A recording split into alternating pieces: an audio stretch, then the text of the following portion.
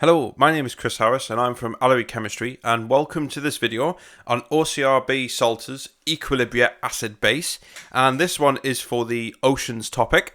So if you are studying OCR B salters, then this video is actually dedicated to your exam board. So if you're studying A-level chemistry salters, so it's not like other resources that you may find online that might not be specific. There might be general information, and you're wondering, some of these resources, and you're wondering if if it's suitable for your exam board, which topic does it fit in, do I need to know any of that? Well, this video actually specifically goes through salters and is actually tailored around the specification.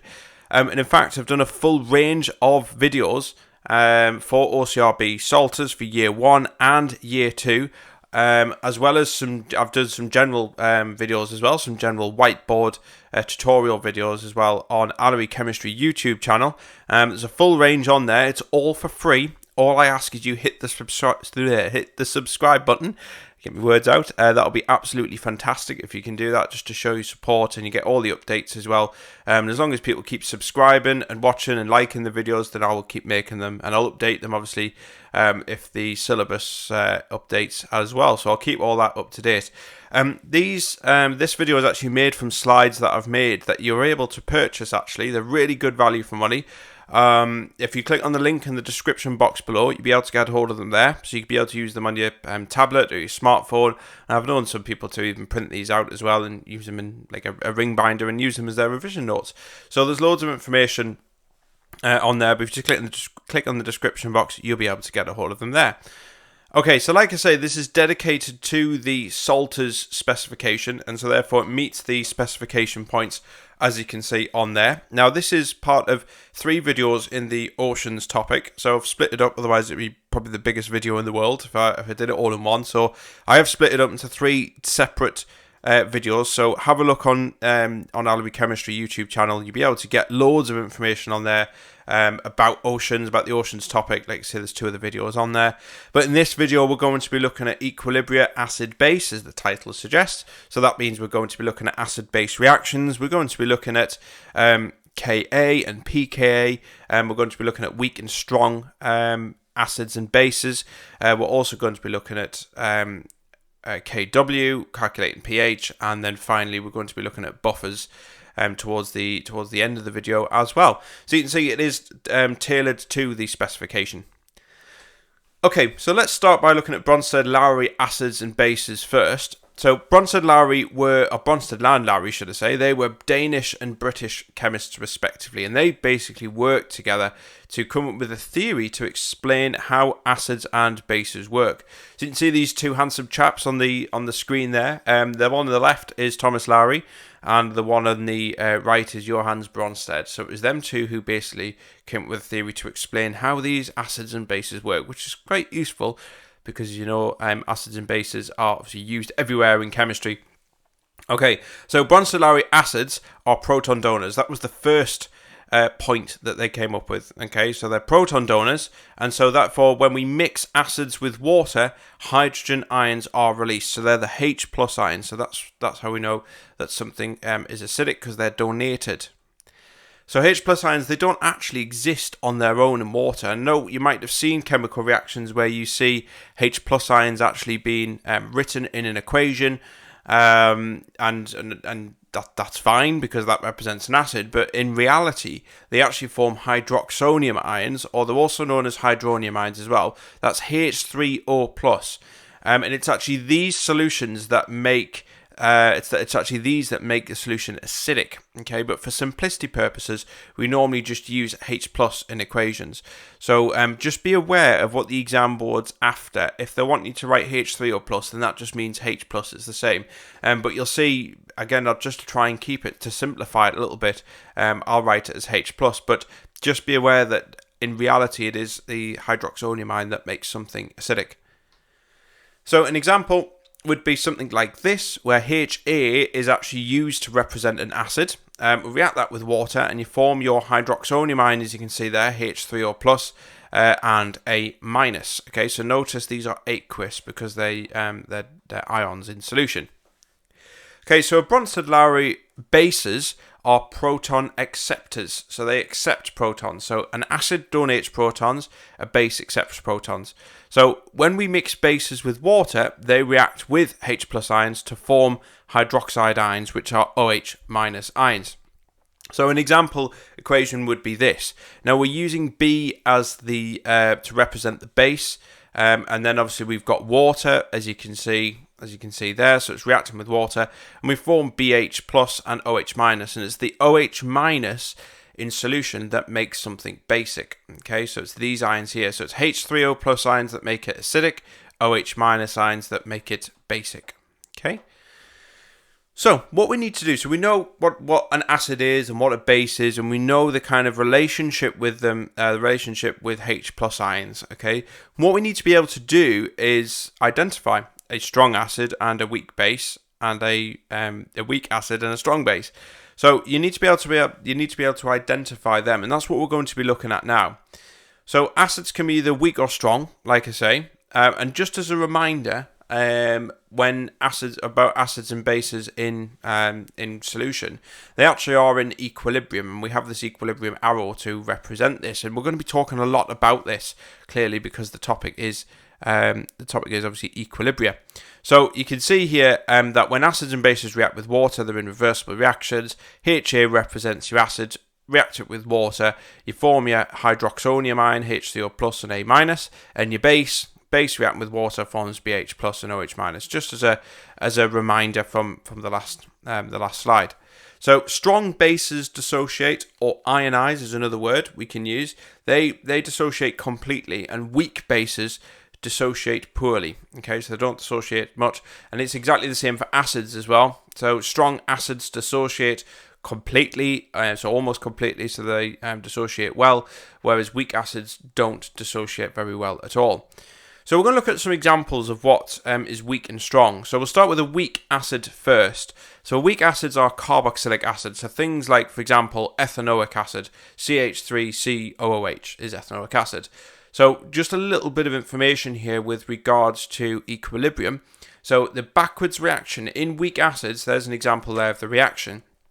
Equilibrium lies well over to the left, so we don't have much of these ions here, but we have a large amount of this. Okay, now you'll notice that actually this concept here, which I'm talking about, is going to become very, very important all the way through this video, and particularly in buffers. When we look at the buffer section towards the end, this is going to be really important as well.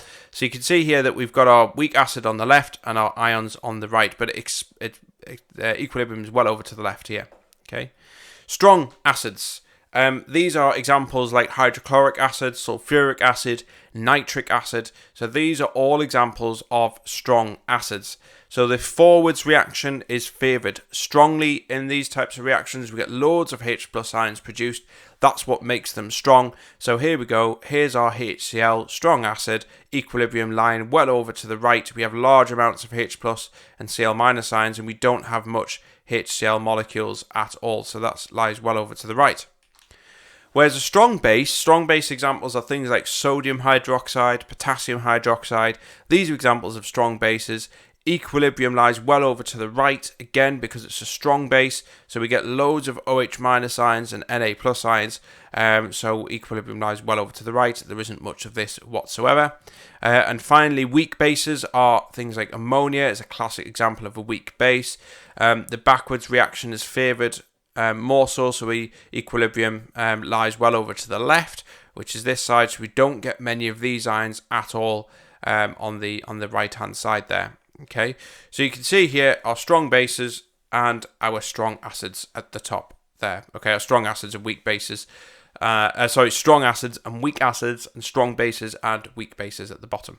Okay, so you need to be able to identify by looking at some of these, because you're going to see acids and bases all the time. Okay, and you're going to have to be able to look at a molecule and say, is that strong or is that weak, and how does that link with equilibria as well? Because, like I say, this is going to become very important, particularly in the buffers section towards the end of the video.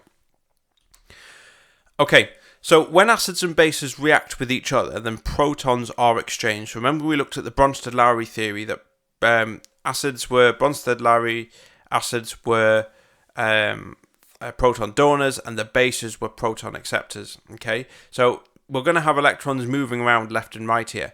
So you can see in this generic example, the acid HA here, this donates a proton to the base, and positive and negative ions are produced, as you can see on that on the screen there. Okay, so you've got your acid, which is HA, as you can see there, reacting with the base, and it forms BH plus and A minus. So this is a neutralization reaction.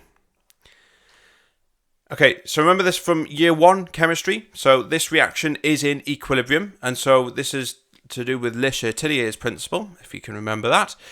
So if we add more HA, so if we add more acid or more base, which is B, then equilibrium will shift to the right, okay, to use up these species that we've just increased here. And likewise, if we increase BH plus or A minus, then equilibrium will shift to the left, because it will try and use up these ions that we've just increased there. So we'll actually produce more of HA and B, as you can see there. Okay, so water actually behaves as a base when an acid is added to it as well. So we notice in this reaction here that the water molecule has accepted a proton to form the hydroxonium ion. So there's your hydroxonium ion there, which is there. Okay, so this, you can see the acid in this case has actually given the proton that was on here to the H2O to form this. So this has effectively acted as a base because it's accepted a proton. So even though you might think water is a neutral, it's acting as a base in this example here, as you can see. Okay, so don't automatically assume that or make an assumption that just because it's got the word acid at the end that it's always an acid. What you're looking for is what's been what's accepting a proton and what's receiving a proton. Okay, that's what you've got to be looking for, and that will tell you if it is an acid or if it is a base. Okay, there are examples. An example that comes to mind straight away is actually the reaction of or the nitration of a benzene ring, where you've got to use sulfuric acid and nitric acid. So both are acids, have the word acid on the end, but actually the the nitric acid is acting as a base in that type of reaction. So just because it's got the word acid on the end doesn't mean it's necessarily an acid, because it's about whether it accepts a proton or receives a proton. So just be really wary of that. That's what you're looking for. So remember, with strong acids, equilibrium lies well over to the right. I can't emphasize this enough, okay? Strong acids lie well over to the right, whereas your weak acids, they lie well over to the left-hand side. So they don't dissociate or ionize very readily. Okay, so this leads us quite nicely onto conjugate pairs or conjugation. Okay, so conjugate pairs is linked by the transferring of a proton. So it's all about following this proton here. Okay, so the important thing to note with this particular area is that any species that has gained a proton, okay, is the conjugate acid, and a species which has lost a proton is the conjugate base. Okay, so you're going to see this, it's probably better looking at it as a specific example. So you can see here the Brønsted-Lowry acids and bases react according to this following equilibrium. Remember, we've seen that already, okay? But what I've done is I've color-coded them to show you what the conjugate pairs are in this reaction. So you can see here, HA is an acid in the forward direction, so it donates a proton. Now we can see that because it was HA here, and now it's an A minus. So you can see it's clearly lost that proton, so it's definitely an acid there. And the A minus is a base in the reverse direction, as it accepts a proton, as you can see, from there to form HA again. Okay, so that's fairly straightforward. So we know that's an acid and a base. But what we've got to do is we've got to have a conjugate pair, okay? Because this is about looking at conjugate pairs. So we have a conjugate pair with HA and A minus. So the conjugate acid is HA and the conjugate base is A minus. These two are linked with each other, okay? So the conjugate acids and conjugate bases. And likewise, with B and BH plus, these are also conjugate pairs as well. So clearly the B is the base, which is there, and the BH plus is the acid, because this would lose a proton to form the B. Okay, so these are also conjugate pairs with each other too. So water reacts with acids to form H3O+, which is the conjugate acid, and it reacts with a base to form a conjugate base, which is OH-. Okay, so water has quite a significant role in this as well, because water is actually quite, it can behave in two different ways depending on the conditions that you put it in. So looking at this example here, here's the base reacting with water, okay, to form BH+ and OH-. So you can see here that the water is acting as an acid because it's donating a proton to the base. And then likewise, if we take the water and react it with an acid, it will also receive a proton, as you can see there, to form H3O+, so it acts as a base here. So water's acting as a base here, and it's acting as an acid here. So you can see there about, this is what I'm saying about the, don't automatically assume, that the name of it, that it will definitely be an acid all the time. It depends on the conditions that you put it in. Water is a classic example, of how it can behave. Water can be an acid and a base. It just depends on the conditions that you put it in. But I think the key thing here is just knowing that an acid is a proton donor and a base is a proton acceptor. Okay? Right. So I think we thrashed that enough. So we know about acids or bases, and we know what makes something an acid and what makes something a base. Okay, and we know the role of H+ ions in this. So now what we're going to do, because we're talking about acids and bases, we must talk about pH as well. And what we're going to do is look at something called the pH equation. And pH equation is just a logarithmic scale that measures the concentration of H+ ions in solution. Okay, so remember, in neutral solutions, H+ ions, or the concentration of H+ ions, equals the concentration of OH- ions, and then for strong acids, the concentration of H+ ions equals the concentration of acid. This assumes that, for example, if you had HCl, then if you had 1 mole per dm cubed of HCl, that will dissociate fully and produce 1 mole of H+ ions. Okay, and so likewise in neutral solutions, that H+ concentration will equal the concentration of OH- because you've got equal amounts. It's neutral. Okay, so just remember them. That's going to become quite relevant. It's going to be a lot of assumptions in this video, but that's going to become quite relevant when we look at these calculations, but also buffer calculations as well. Excuse me. Okay, so the equation, the pH equation, so pH equals minus log to the base 10 of H+ ions. Okay, and pH can be calculated when we know the concentration of H+ ions in solution. Okay, so square brackets means concentration. H+ is obviously the H+ ions that come from an acid. Okay, so let's look at an example here. So we're going to calculate the pH of 0.03 moles per dm cubed of hydrochloric acid.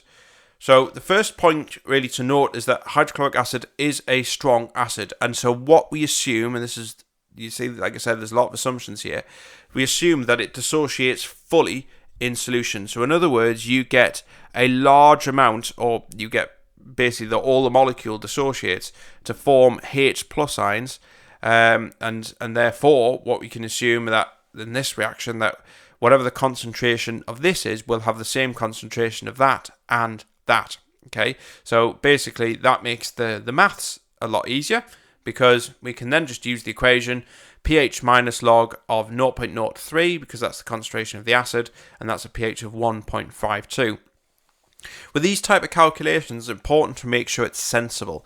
Now this clearly is sensible because it's a strong acid, so you'd expect it to have a pH of, somewhere around 1 or 2. So in this case, that's fine. So that's come out right. Okay, so the concentration of hydrogen ions can also be calculated when we know the pH as well, so we can effectively do it backwards. So calculate the concentration of hydrogen ions of nitric acid, and this has a pH of 1.7. So with this one, you're going to need, well, you're definitely going to need to calculate it with either of them, but you're going to need something a little bit different in your calculator. And this one, we have to do the inverse. Okay, so you can see there you go, circled it in red. Okay, so what we do is you do the inverse the pH equation. So we do the concentration of H+ is 10 to the minus pH. And to get the inverse, we press shift, as you can see there, and the log button. You can see there's a little 10, and it's got a little box on the top. So what you'll see on your calculator is you'll see that box flash, and what you do in that flashing box is you put the minus pH value that you've got here. So you've got 1.7, so that'll be minus 1.7. So the equation basically, so using this equation, the concentration of H plus is 10 to the minus 1.7, and so therefore the concentration of H plus is 0.020 moles per decimeters cubed. So fairly straightforward, as you can see. You just need to remember that when you see the 10 bit, it's not, you don't literally put 10 into the calculator and then to the power of minus 1.7. It's actually the inverse log, so it's that button there, just to show you on the calculator there. Okay, so what I need to be able to do is calculate the pH of strong acids. Okay, so when we're calculating the pH of a strong acid, we assume, remember, that they dissociate fully. So that means that whatever the concentration is of your acid, we assume that that will be the concentration of H plus ions in solution because it dissociates fully. Okay, so monoprotic acid. Let's have a look at this example here first. So we're going to look at monoprotic, and then we're going to look at acids where they produce more than one proton. But here you can see a monoprotic acid is something that produces one H plus, so produces one H plus ion. Okay, so the concentration of hydrochloric acid, for example, or nitric acid, these have one hydrogen in the molecule. So what we can assume with this type of, or with these types of reactions, is that the concentration of HCl is going to be equal to the concentration of H plus ions, because for every molecule of HCl we have, it will produce one H plus ion, so we can assume the concentration is the same. Okay, so it's monoprotic. So when we're calculating the pH of these types of acids, it's fairly straightforward. So for example, the pH of 0.25 mole per dm cubed of hydrochloric acid is this, so we assume that the concentration of H plus equals the concentration of the acid. So the pH is minus log to the base 10 of 0.25, so that gets a pH of 0.6. Again, that's sensible. These are strong acids. We'd expect a really low pH value. Okay, so diprotic acids. These are an example, well, specific example is sulfuric acid. Now, you've got to be really careful with these. It's not too traumatic. When you look at it, you think, well, that kind of makes sense. But you've got to be careful when you've got these diprotic. In the heat of the exam, a lot of people forget about, you know, the mathematical treatment of diprotic acids. So diprotic acids, these dissociate, or they produce 2 H plus ions for every acid molecule. So it means that the concentration of the acid is 2 times the concentration, it's the same as 2 times the concentration of H plus ions. So in other words, for every molecule of H2SO4, that will produce 2 H plus ions in solution. Okay, so that's going to change the way in which we calculate it.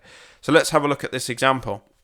So the pH of 0.25 moles per dm cubed of sulfuric acid is 2 lots of H plus equals the concentration of acid. So 0.25 moles of acid produces 0.5 mole per dm cubed of H plus ions. So the pH therefore, is we use this number here, and that gives a pH of 0.3.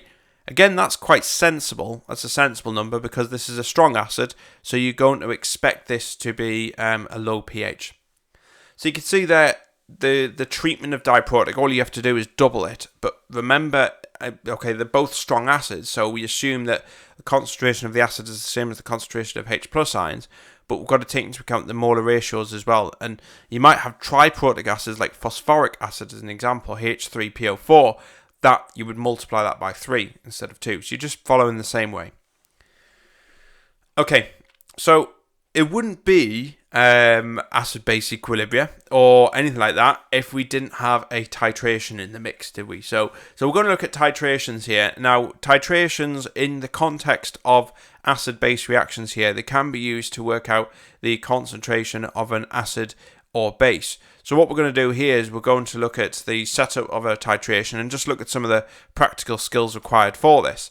So what you'd have in your burette is you'd have an acid or a base, depending on what you're reacting here, with a known concentration in your burette, and in your conical flask, you would have an acid or a base with an unknown concentration, but you would have a known volume. Now, normally that known volume would be something like 25 centimeters cubed.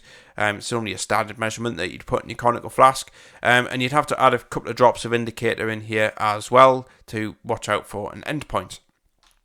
And then what we're going to do, talking about endpoint, what we're going to do is going to add that chemical in the burette into that conical flask, and we're going to keep adding it until the indicator changes colour, and that signifies the endpoint.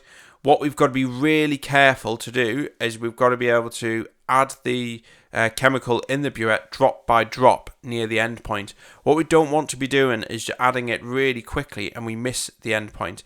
And it doesn't take much at all for for the chemical that you're adding to change, for the end point to appear. So when we start to see that when we're getting close to the end point, and you'll see it because the change in the color will be gradual. It'll take longer to disappear. So you add it drop by drop near the end point.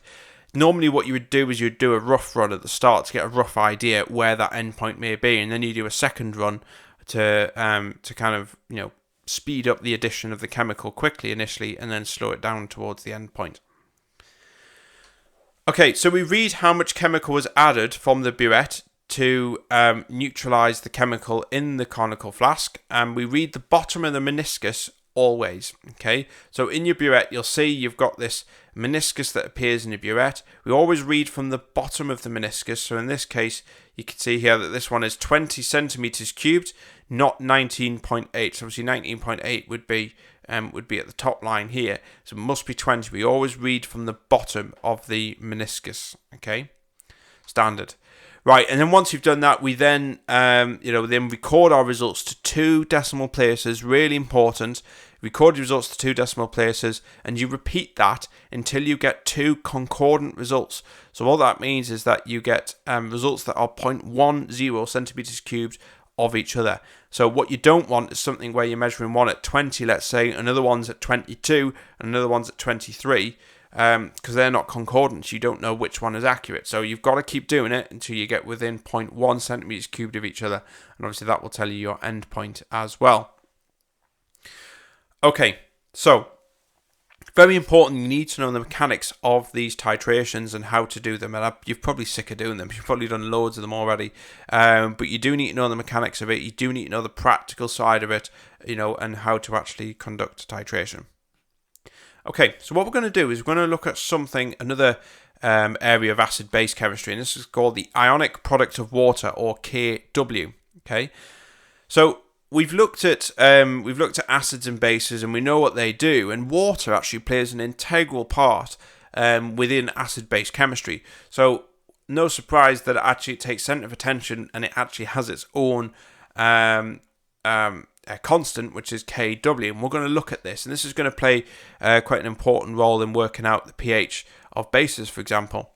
So water exists in equilibrium with its ions. In other words, a glass of water doesn't just contain H2O molecules. Okay, so if we had to take a pure, obviously I know tap water has minerals in there and chloride ions, etc. From cleaning the water, and so does mineral water. But imagine if we took all their minerals out and we just had H2O, it actually is in equilibrium with H plus ions and OH minus ions. It doesn't just exist as H2O on its own, unless of course it's deionized, but there's always a bit of an equilibrium there.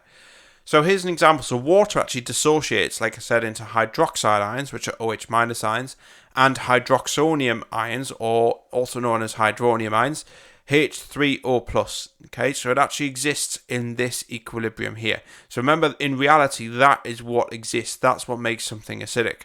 But we can simplify that to this. So H2O is in equilibrium to produce H plus ions and OH minus ions. Now, if we apply the equilibrium law, which is Kc, to this, what we can see is we have, remember for Kc, it's products divided by so it's products divided by reactants. So you can see there that our products are H plus and OH minus, so they go on the top line, as you can see there, and then we have water, which is our reactant, and that goes on the bottom line there. Okay, goes under the bottom. So that is the Kc expression. So this is the equilibrium constant. So in equilibrium, these are the species that exist. Okay. However, water is not like any other. Water is a bit unusual. Well, it's not unusual, right? Water is not. Doesn't produce a large amount of H plus and OH minus ions. Basically, that's what I'm saying. So you have a large amount of water molecules. You have very little of these. Okay, so much so that actually, what we can assume is that because it dissociates so weakly, that in comparison, the amount of OH minus and H plus ions in that solution compared to water is virtually insignificant. Okay, I like to use an analogy where if you have a millionaire and you give a penny to a millionaire, that's not really going to have much of an impact to somebody who's, oh, say if you've got a millionaire and you give them £100, okay, that's not going to have much of an impact on their wealth because they've already got a large amount of money anyway, so they've got £1 billion. Whereas if you give that to somebody who's got no money at all, that £100 is going to have a significant impact on their overall wealth, okay, because they didn't have a lot anyway. So this is a very similar kind of concept in the fact that we have loads of these. In fact, we have that much of this that any changes to these is just going to be insignificant. It's not going to make any difference at all. So one of the assumptions that we make is that the concentration of water actually has a constant value. Okay, so the amount of this is effectively constant. So what we do is we need another expression to represent this quite unique property in some respect for this constant. We need another expression to represent this. And actually, if we multiply the two constants Kc, so if we multiply Kc and the concentration of water, then we get a new constant, which is Kw. And we call Kw the ionic product of water. And the units of Kw are moles squared dm to the minus 6. Okay, so that's the units there. And actually, we can then derive a new constant or a new expression for this, which is this. So Kw equals the concentration of H plus ions multiplied by the concentration of OH minus ions. And so that's the new expression that we can come up with. Okay, so there are sub-important points related to the value of Kw. Okay, so the value of Kw is the same in a solution at a given temperature. Okay, so at a certain temperature, the value of Kw is always the same. So it has a standard value of 1 times by 10 to the minus 14 moles per decimeters cubed. Mole squared dm to the minus 6. That's its standard value. If it deviates away from that, the exam board will give you the value. But other than that, you need to try and remember that value of Kw under the standard conditions. So the value changes, like I say, if the temperature changes. Okay, so this is in standard conditions. Remember, 298 Kelvin. Okay. So pure water has an equal concentration of H plus ions and OH minus ions. So in other words, what we can say is that the amount of H plus ions, or the concentration, of H plus ions equals the concentration of OH minus ions. That's one of the assumptions we can make in pure water. So what we can actually do is simplify that Kw expression further, and we can write this. So when we're referring to pure water, we can simply say that Kw equals H plus squared, as you can see on there, because we assume that the concentration of H plus equals the concentration of OH minus ions. So you might see that expression as well. Okay, so what we're going to do now is we're actually going to use this Kw expression, like I said before, and we're going to use this to calculate the pH of strong bases. Okay, so similar to strong acids, so when we're calculating the pH of a strong base, we make sure that, the assumption that we make is that they dissociate fully. So remember, we looked at the pH calculation already for a strong acid, so this time we need to do it for a strong base. So let's have a look at an equation. So here we're going to use sodium hydroxide, and that's going to dissociate to form sodium ions, that's Na+, and OH minus ions. Okay, so most strong bases, they dissociate to produce one OH minus ion for every base molecule. That's most of them, such as sodium hydroxide, potassium hydroxide, etc. So what we can assume in this case is that the concentration of the base equals the concentration of OH minus ions, just like with your monoprotic acids that we'd seen before. So to calculate the pH of a base, we still need to know the H plus ions, the concentration of H plus ions. Even though that may seem a little bit strange, you think, well, hang on, bases produce OH minus ions, so what's H plus got to do with it? But remember, pH is a logarithmic scale of the amount of H plus ions in that solution, okay? And in order to get the amount of, or the concentration of H plus ions, we need to use the Kw expression that we've just seen before. So Kw equals the concentration of H plus multiplied by the concentration of OH minus ions. So to work out the concentration of H plus ions, we need to know the value of Kw, and we need to know the concentration of OH minus ions at that specific temperature. And once we've got that, we can then work out the concentration of H plus. Once we know the concentration of H plus, we can then work out the pH as well. Okay, so for example, let's look at an example here. So calculate the pH of 0.15 moles per decimeters cubed of sodium hydroxide solution at 298 Kelvin. So we've got a Kw value of 1 times by 10 to the minus 14 mole squared dm to the minus 6. Okay, so these are the values we're going to use here. So first of all, we've got to substitute the figures into the Kw expression. So we've got 1 times 10 to the minus 14, that's the value of Kw, equals concentration of H plus. That's what we want to work out first, remember, because once we've got that, we can then work out pH. Multiply it by 0.15, that is the concentration of our substance. So then we need to rearrange that to get the concentration of H plus. So that's the rearranged value there. So we do the 1 times 10 to the minus 14 divided by 0.15. That gets us 6.67 times by 10 to the minus 14.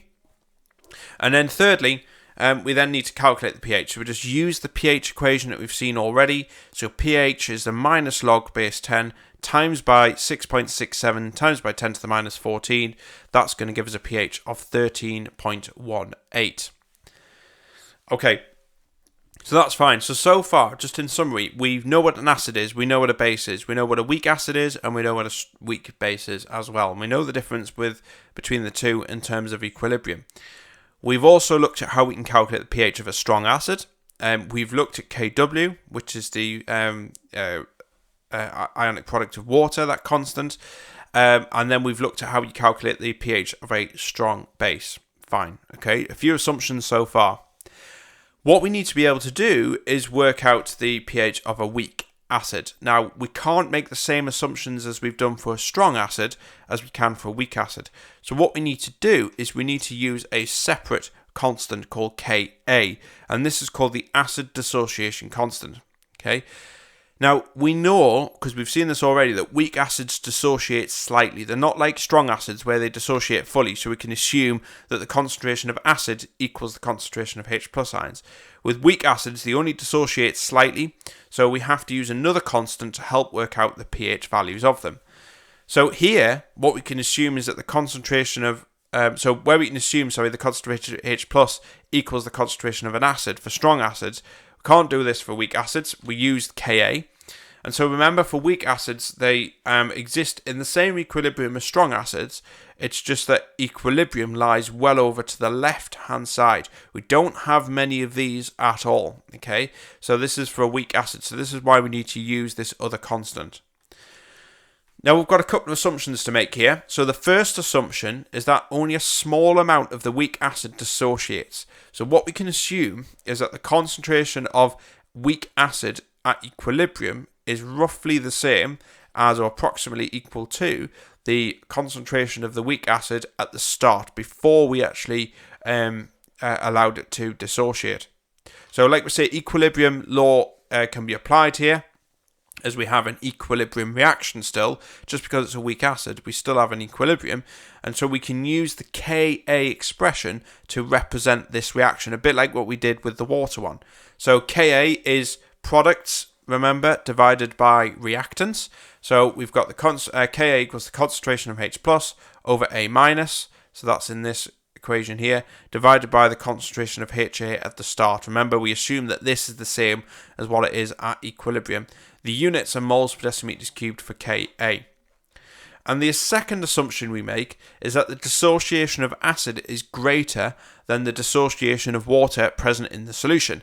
So what we can assume is that all the H plus ions that are present in that solution actually come from the acid and are not coming from the water that's dissolved in. So we can just make that assumption that any H plus ions in there have come from the acid. So therefore we can use that to calculate the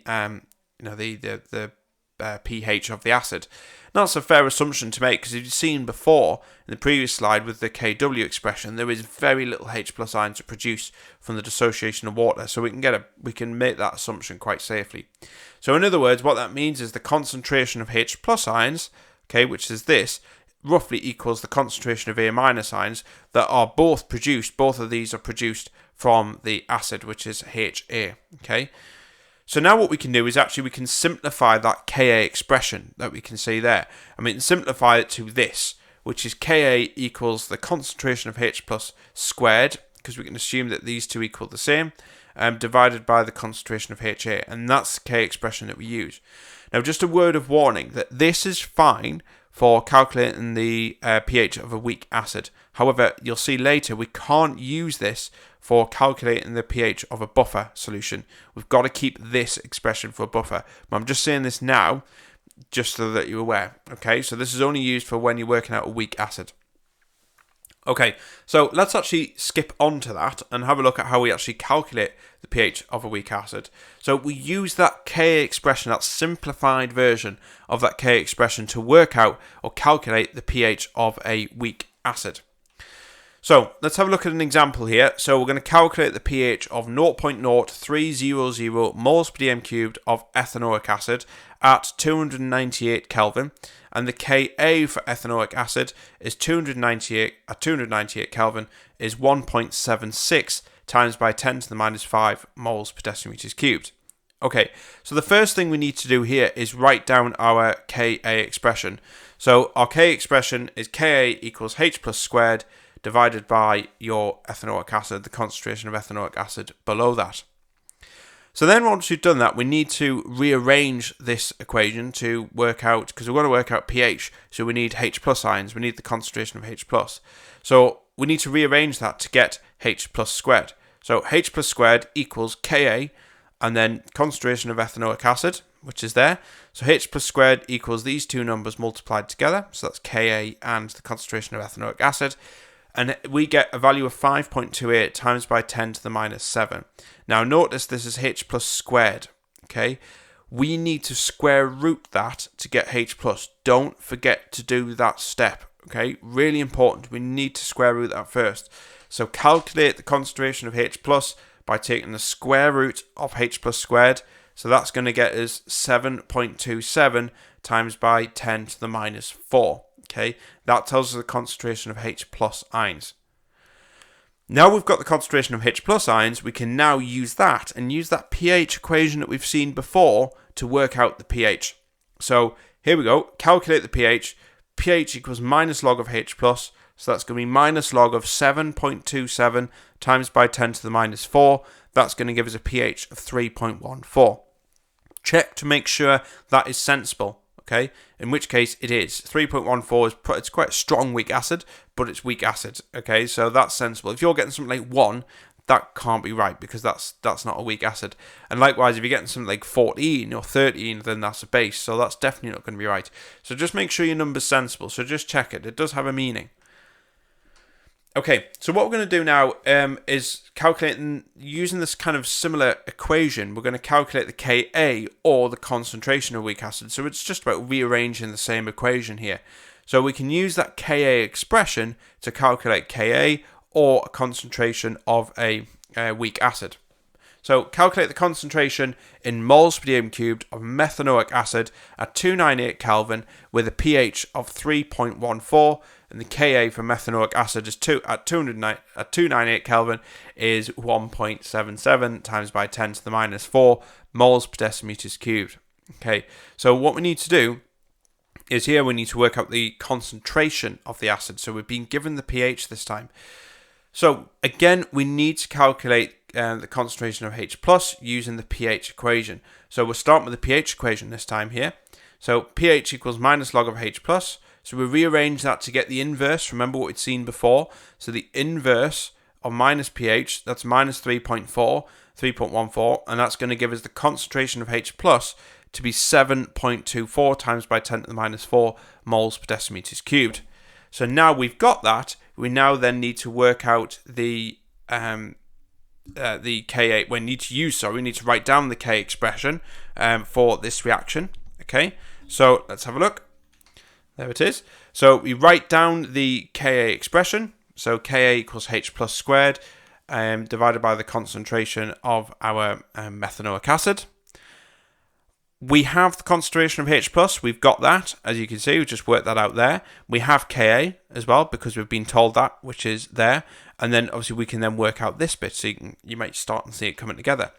So we need to rearrange this actually to calculate the concentration of methanoic acid. So that's what I've done there. H plus squared divided by Ka. So we put these values in. That's the concentration of H plus that we've worked out there. And the value of Ka, which is that value there. And then we work out the concentration of our methanoic acid to be 2.96 times by 10 to the minus 3 moles per decimeters cubed. Okay, so that's how you work out the concentration of something. And actually calculating the Ka, or the value of Ka, is even simpler because we just repeat steps 1 and 2 and we just substitute the numbers in there. So we don't actually need to rearrange it at all. So calculating Ka is a lot more straightforward. Okay, so that's fine. So that's how we kind of use the Ka expression there to work out the pH of a weak acid. Another way of working out how acidic something is using something called pKa. So we're actually going to look at how we calculate pK. It's actually relatively simple. You'll see how the similarities with pH. But pK is just another way of measuring the strength of an acid, similar to pH. And basically, again, just like with pH, the lower the value of pKa, the more acidic something is, or the stronger the acid is. Okay, so you might remember that pH, so pH was the minus log of H plus ions, hence pH. So it's no surprise as they may think, well, pKa is just the minus log of Ka. And you'd be absolutely right. That is exactly what it is. I told you it's fairly straightforward, didn't I? So pKa equals minus log base 10 of Ka. So let's have a look at an example where we're going to use this equation here, this formula. So calculate the pKa value of an acid with a Ka value of 7.52 times by 10 to the minus 3 moles per decimeters cubed. Very straightforward, just minus log of Ka. It couldn't be any simpler. So that's given us a pKa value of 2.12. And likewise, just like with pH, when we want to work out the concentration of H+, we just do the inverse of pH minus pH. It's exactly the same with pK as well. So Ka, which is this one here, equals the 10 or the base 10 of minus pK. Okay, so let's have a look at an example.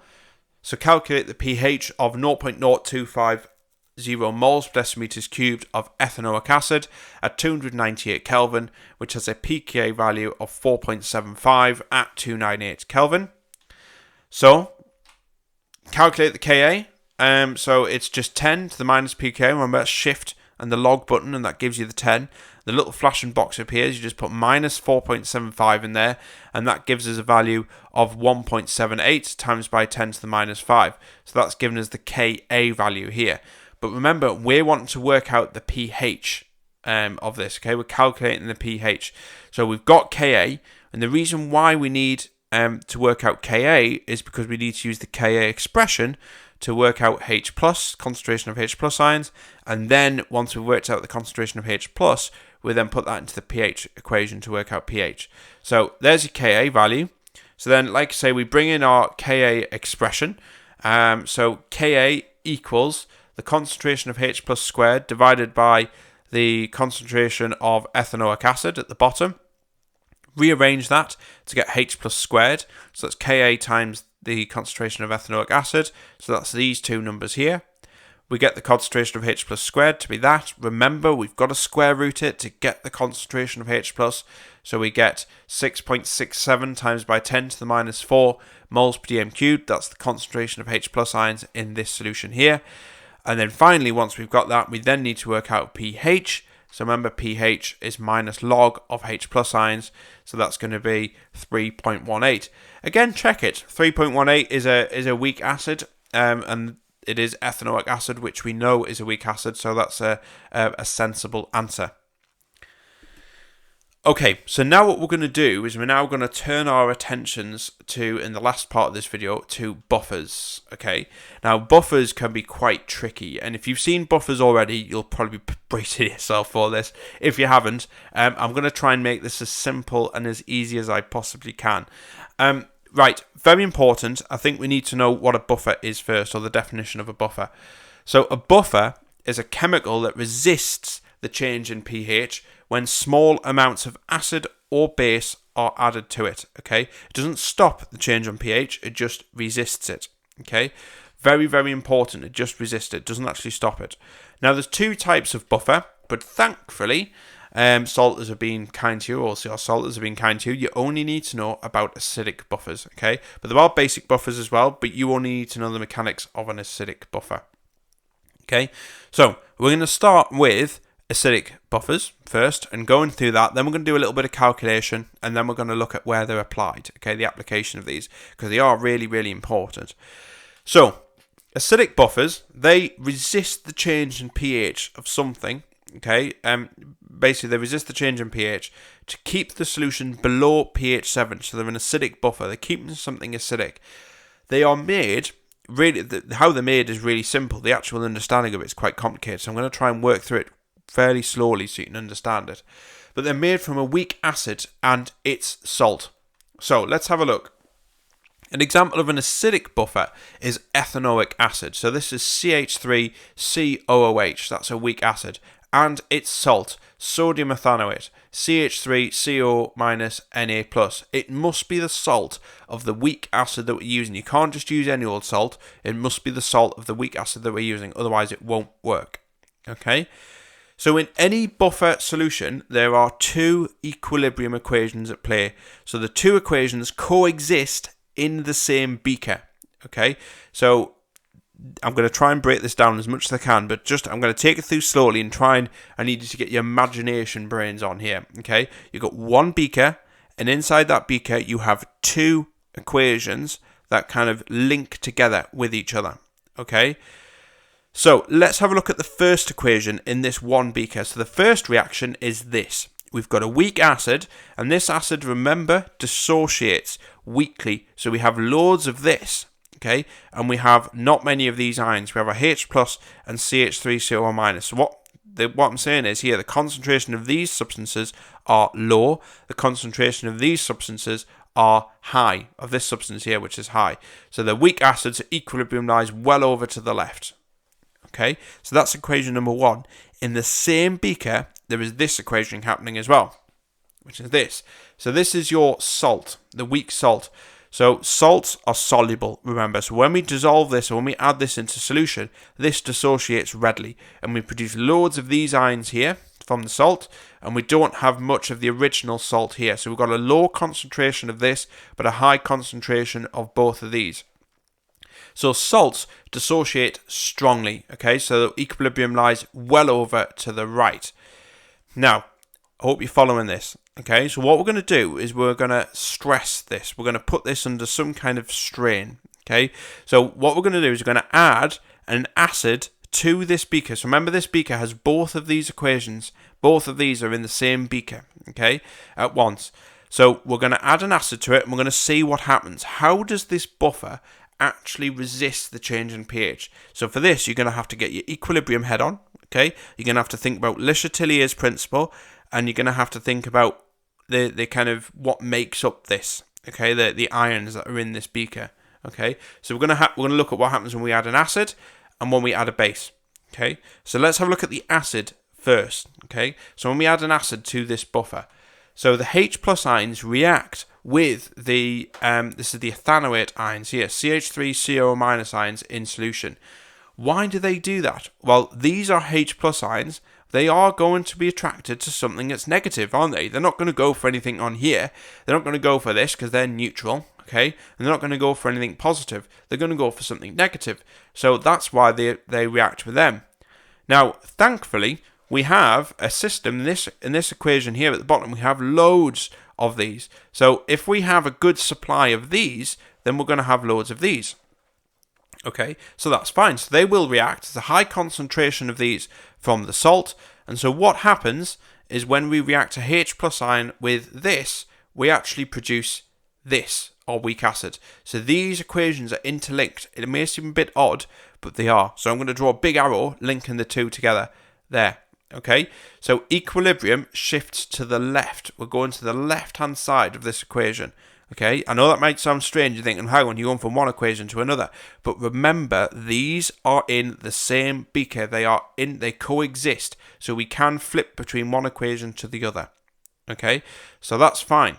So have a think about this one. So what happens when we add a base, which is OH minus, to this buffer? So have a think. OH minus, what would a minus go for? It would go for something that's positively charged.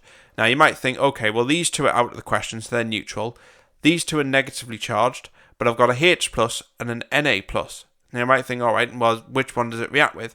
Well, if you have a think about it, if we have this OH minus, this is going to react with Na plus, isn't it? And that will form sodium hydroxide. Now we know from earlier, sodium hydroxide is a strong base.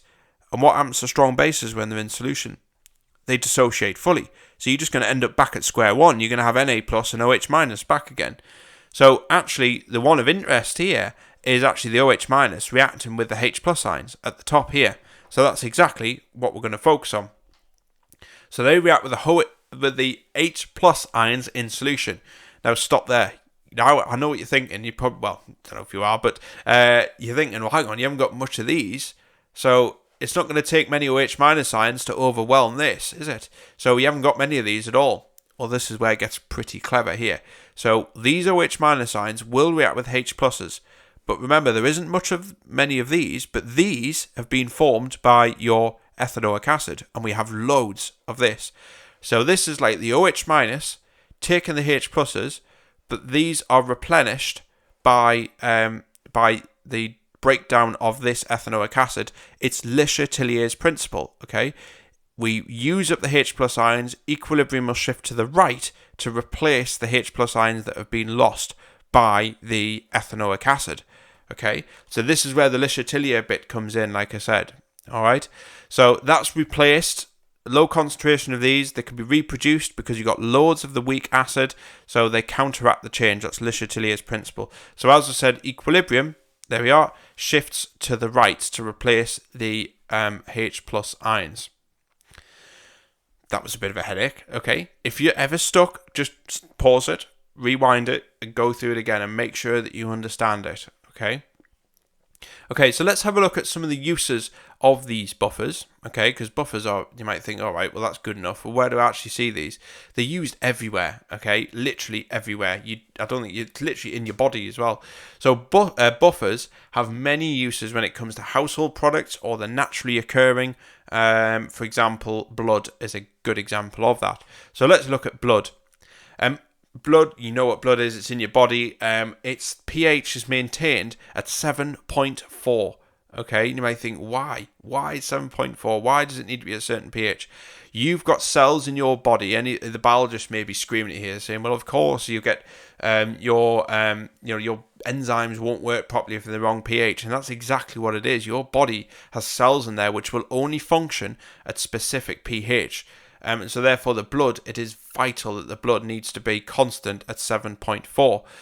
And you might think, well, why would it change? Well, you've got substances going in and out of your blood all the time when you eat food, when you're doing exercise, when you're breathing in, breathing out. You've got substances coming in and out of your blood all the time that can knock that pH out of kilter.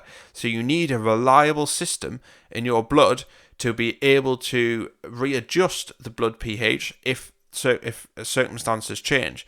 And it's really clever because it uses carbon dioxide, which our cells produce through respiration. So we use a carbonic acid hydrogen carbonate system exists, okay? So we have this setup here. So we have carbonic acid, which is H2CO3, that dissociates to form H plus and HCO3, okay? So this is your weak acid. And also the carbonic acid is also in equilibrium with carbon dioxide in the blood and water. So these are the two reactions that exist in the blood that help to buffer it. Now, carbonic acid is controlled by respiration in your cells. So when we breathe out carbon dioxide, the level of carbonic acid reduces as equilibrium shifts to the right. So basically, we breathe this out, the amount of that goes down, equilibrium shifts to the right, okay, to replace the carbon dioxide. Okay, so it replaces that. Now, hydrogen carbonate, the HCO3 minus, this bit is controlled via kidneys. So if we have too much of this, then that is effectively removed from our body through our kidneys and through our urine. Okay, so it's this system that helps to keep blood pH constant. Okay, so like I say, another example is in household products. So we looked at the natural one in blood. So another example is shampoo. So shampoos are actually marginally acidic. They have a pH of about 5.6. This helps hair. So hair becomes dry and damaged if it's exposed to alkaline conditions. So maybe salts, for example, in the water, just normal water, plain water. And the buffer actually helps to resist the changes in pH to keep the hair soft and strong. Okay, so it's got a buffer solution in the shampoo, and that stops water that's falling onto your hair from damaging the hair, but it allows you to clean it as well and remove oils and greases, etc. from your hair. So another example on a similar kind of note is washing powder. So biological washing powder contains enzymes, so this is bio washing powder. They only work at a specific pH, very similar to the buffer system in your blood. Okay, buffers help to resist the change in pH, and this allows them to work at their optimum pH. So this is also known as caustic. So you've got to be very careful. You should wash your hands after touching soap powder. But yes, so the soap powder has got a buffer system in there to make sure the enzyme isn't destroyed in the washing process. Another one, obviously, you've said this already, is cells. So cells need a constant pH to ensure the biochemical reactions occur. And the buffer here is in equilibrium between dihydrogen phosphate and hydrogen phosphate ions. So you can see here we've got this equilibrium system within cells that needs to be kept at a specific pH. Okay, another example is in the food industry. The food industry use this quite a lot to help preserve our food. So, it looks tasty, doesn't it? So, we've got a burger there, and what happens with food is it actually starts to deteriorate over time, which is kind of makes sense, doesn't it? So, bacteria and fungus, you get mold, can grow on food over a long period of time, and that changes the pH of the surface. Okay, so a buffer is most likely to be used. The buffer most likely to be used in these types of examples is citric acid or sodium citrate. So if you have a look on the back of a packet of particularly processed food, you'll see additives that's added to it, and it might be citric acid or sodium citrate, and they're given E numbers in Europe, and they're basically there as a preservative. So an equilibrium is established between citrate ions and citric acid in this.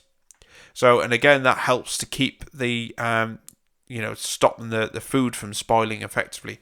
So other buffers include benzoic acid or benzoate ions, phosphoric acid and phosphate ions as well. Okay, so just moving on to the last bit, which is calculating the pH of a buffer. Okay, so we know how a buffer works, and we know where they're used. We need to then link in the calculation of pH we've seen before in with buffers.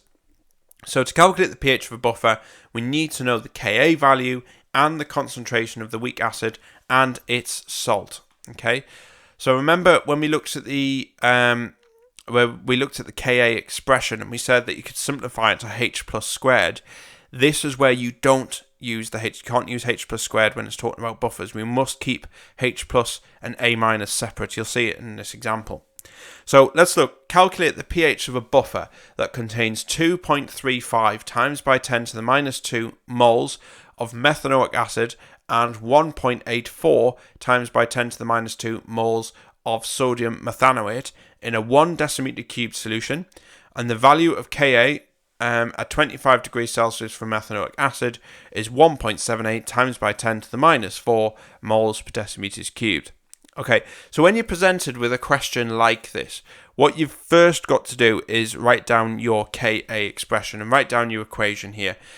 So here we've got the equation, which is your methanoic acid, which is here, reacting with H plus ions, forming methanoate ions. So there's your Ka expression for this one here. And then what we need to do just notice, actually, this is what I was saying before, just before we move on, that in buffers, the concentration of H plus ion doesn't equal the concentration of A minus ions. So we can't use this expression. We must keep them separate, as I've said there. This is the only time when you do keep them separate. And we must use equilibrium concentrations here, not initial ones. Okay, very important, because this is an equilibrium constant. And we assume as well that salts dissociate fully, remember, and weak acids dissociate poorly. So remember what we said previously in one of the previous slides when we looked at buffers. So the concentration of salt, therefore, equals the concentration of A minus. So that value here is equals the concentration of the salt, and the concentration of the acid at the start is equal to the concentration of the acid at equilibrium, because we can assume that the weak acid doesn't dissociate very much. So whatever its concentration is at the start will be the same at equilibrium. Okay, so let's look at the first bit. So we need to rearrange this expression to get H plus, the concentration of H plus. So that's what we've got there. So we've rearranged it. Now, note what we have is the number of moles in the question. Okay, so we've been told the number of moles here. What we must use here is concentration, which is moles per decimeters cubed. Now we know that in this example here we have 1 decimeter cubed of solution, so we can assume that the number of moles is also the concentration, because this is, if you divide that number by 1, you're going to get that number. But you must calculate the concentration. Very, very important. Don't just use moles, it must be concentration. Okay, so in this example I'm just going to use the same values because we do have 1 decimeter cubed of solution. So calculate the concentration of H plus, we do 1.78 times by 10 to the minus 4, which is the value of Ka, times by the concentration of methanoic acid, which we've been given, and the concentration of our methanoate ions. Remember, this has come from this salt, we assume that. So this is it here, sodium methanoate, that's the salt, and that's how much salt we've got. We can assume the concentration of salt equals the concentration of A minus, because that's where they've come from. So the concentration of H plus is 2.27 times by 10 to the minus 4 moles per decimeters cubed. And so then finally, then what we have to do is we then have to calculate the pH. Okay, so pH equals minus log of H plus. We do the minus log of our concentration of H plus, which is 2.27 times by 10 to the minus 4, and that gives us a pH of 3.64. Again, make sure that's sensible. That's the pH of a weak acid, so that is absolutely fine. And you obviously only need to know about acid buffers or acidic buffers as well for salters. Okay, and that's it. So it's quite a lot there. It's quite difficult, that one. So that one's obviously on Equilibria acid base for the oceans topic. Like I say, there's 2 other videos for oceans as well. Just go and have a look on Allery Chemistry YouTube channel. There's loads on there, as well as year 1 stuff and year 2 stuff and generic whiteboard tutorial videos as well. Go and have a look on there. There's a full range of stuff. It's all for free. All I ask is that you hit the subscribe button. That'll be absolutely fantastic. And also remember, if you want to purchase a copy of these slides for your revision, for your own use, you can move, you can scroll through them at your leisure, print them off, do whatever you want, use them as revision notes. Then click on the link below.